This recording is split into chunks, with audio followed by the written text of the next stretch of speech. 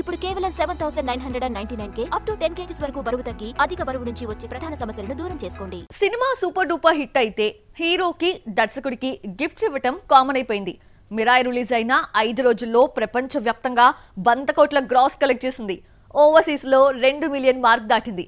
మరి నిర్మాత hero తేజకు director Karthik ఘట్టంనేనికి ఎలాంటి గిఫ్ట్స్ ఇచ్చారో చూద్దామా? మిరాయి సెలబ్రేషన్స్ మీట్ రీసెంట్ గా విజయవాడలో జరగగా రైటర్ బీవీఎస్ రవి ముఖ్య అతిథిగా విచ్చేసి హీరోకు ఎలాంటి బహుమతి ఇస్తున్నారో నిర్మాత స్టేజ్ మీద చెప్పాలన్నాడు. విశ్వప్రసాద్ మాట్లాడుతూ తేజకు కార్ గిఫ్ట్ గా ఇస్తున్నట్లు ప్రకటించాడు. అలాగే సినిమాలో మరో హీరో డైరెక్టర్ కార్తిక్ ఘట్టంనేనికి కూడా కార్ ఇస్తున్నట్లు అనౌన్స్ చేశాడు నిర్మాత. సినిమా హిట్ అయితే నిర్మాత డైరెక్టర్ కు ఏదో ఒక బహుమతి ఇవ్వడం చూశాం. ఒక్కోసారి హీరో డైరెక్టర్ కు గిఫ్ట్ ఇస్తాడు. ఇలాంటి సెంటిమెంట్స్ ను బ్రేక్ చేసిన బాలయ్య తమన్ కు కారు బహుమతిగా ఇచ్చాడు. అఖండ, వీరసింహారెడ్డి, భగవంత్ కేసరి, డాకు మహారాజుతో వరుసగా 4 హిట్స్ ఇచ్చిన తమన్ కు బాలకృష్ణ లగ్జరీ కార్నిచ్చాడు. భగవంత్ కేసరి హిట్ కావడంతో నిర్మాత సాహు గారపాటి, దర్శకుడు అనిల్ రావిపూడికి కారును బహూకరించారు. ఈ ఇద్దరి కాంబోలు చిరంజీవి మన శంకర వరప్రసాద్ గారు రూపొందుతోంది. సాహు గారపాటి నిర్మించిన కిష్కిందపురి ప్రీ రిలీజ్ కు అనిల్ గెస్ట్ గా వచ్చాడు. సినిమా హిట్ అయితే గిఫ్ట్ ఇవ్వాలని అనిల్ అడగ్గా